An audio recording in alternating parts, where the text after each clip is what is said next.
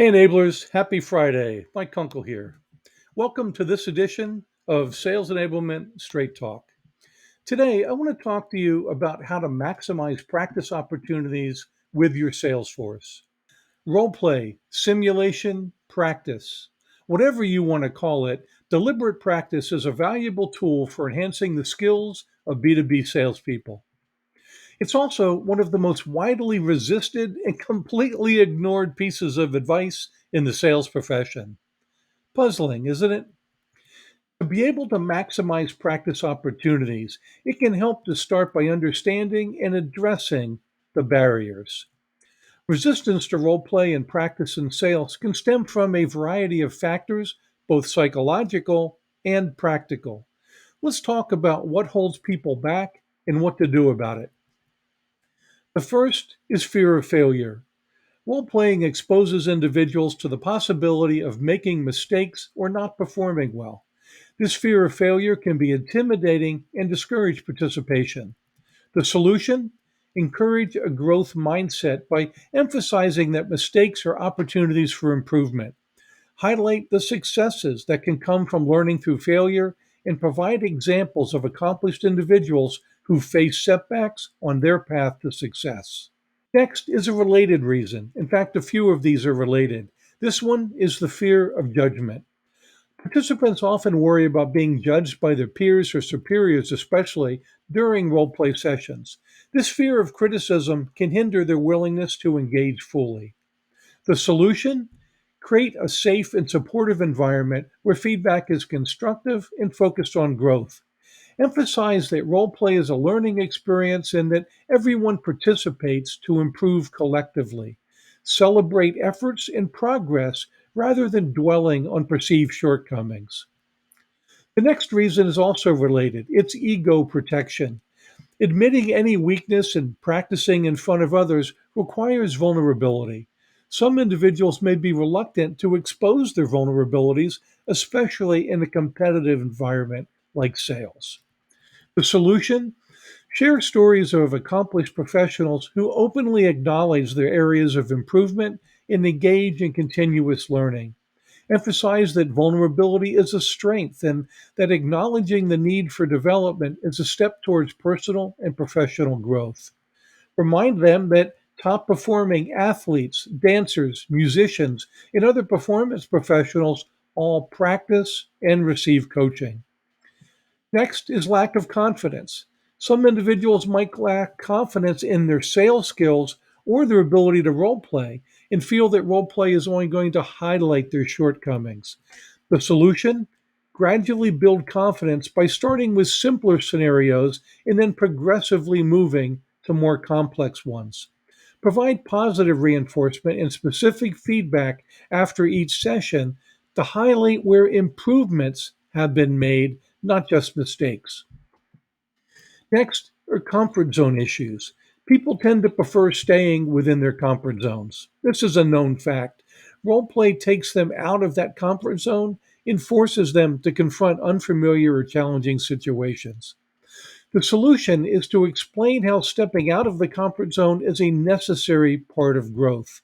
Frame role play as a controlled experiment to experiment with new techniques and approaches, which can ultimately lead to increased confidence in real sales interactions.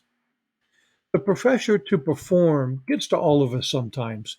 This pressure to perform well in front of colleagues or leaders, especially during role play, can lead to stress and resistance. The solution? Normalize mistakes by sharing your own experiences and the lessons learned from them. Be vulnerable yourself. Emphasize that role play is a low stakes opportunity to practice and refine skills rather than a high pressure cooker performance evaluation. Now, this next one is a little tricky. It's perceived ineffectiveness. Some may doubt the effectiveness of role play in improving their skills. Many people say they feel it's fake.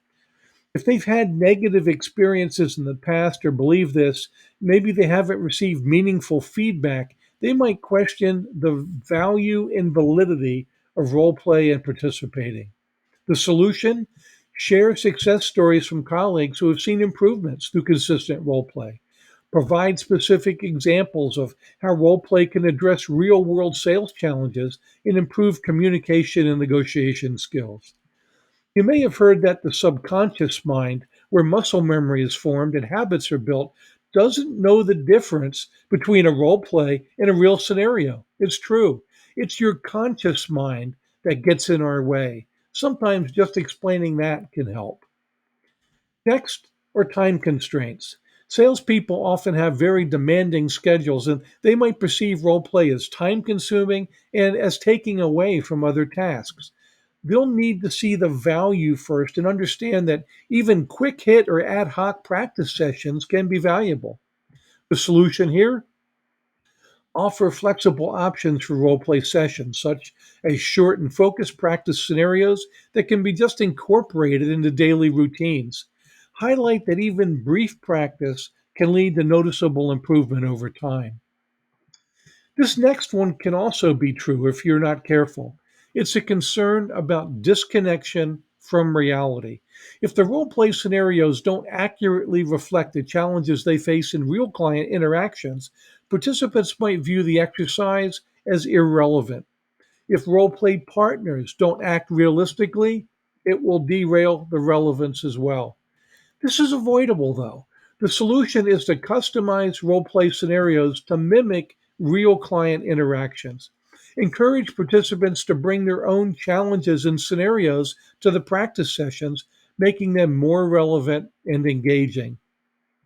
Next are negative past experiences. You can't control this, but if past role play sessions were conducted poorly or without proper guidance, participants may associate that experience with discomfort and ineffectiveness.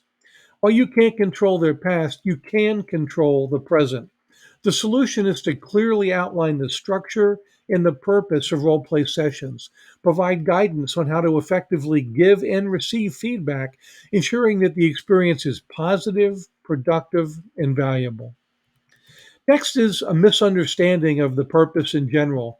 Some salespeople might not fully grasp the purpose of role play as a learning tool. They might see it as artificial and not recognize its potential to enhance skills. To solve this, educate your salespeople on the theory and science behind deliberate practice and its impact on skill development. Again, share examples of how other industries like sports and music utilize practice to achieve excellence. Next is a general resistance to change. We know this, right? Salespeople who have established routines and techniques might resist adopting new approaches or strategies through role play.